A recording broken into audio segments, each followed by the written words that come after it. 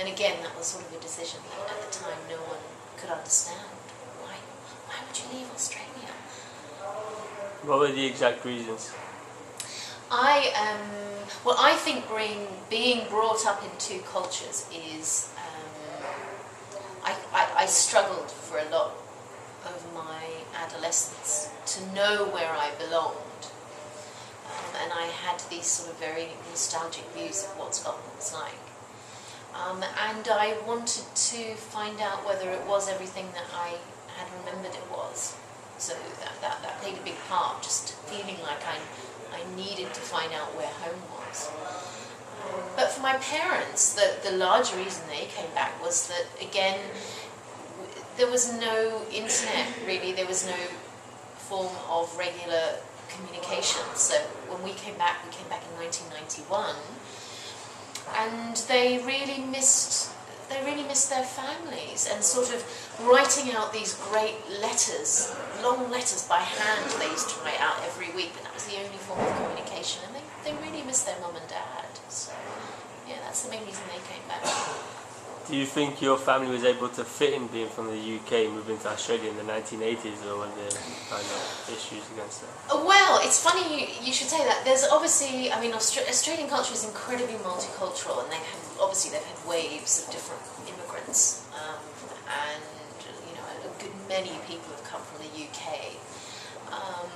But it's really, really funny what the immigrant experience is like. I think, yes, you fit into a certain point, but you never ever forget where you came from.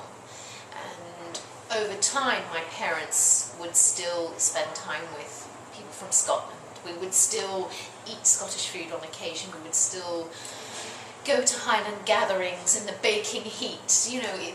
I think you don't ever really forget where you came from. You have to try very, very hard to belong. How long did your family's experience last in Australia for? Well, we were there 11 years in total, which is, it's a fair chunk of time. And certainly, obviously I've gone on and I've travelled more, but for my parents that was the greatest adventure of their lives. Now they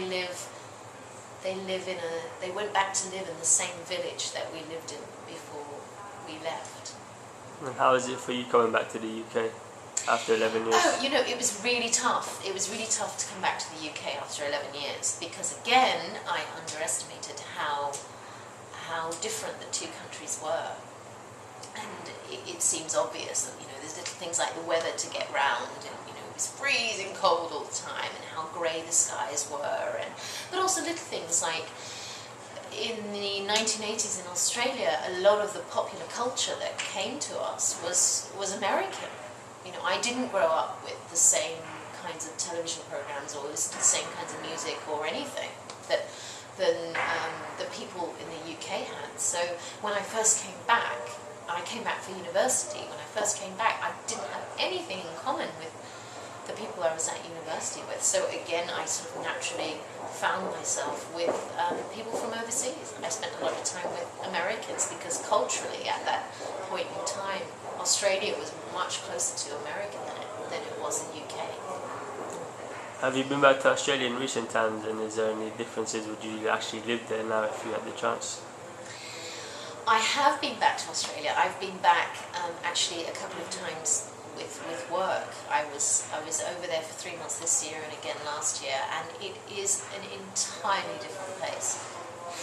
And that feeling of, at the time when I lived there in the 80s, you had this sense of hanging on to the end of the world. You were so far away from absolutely everything.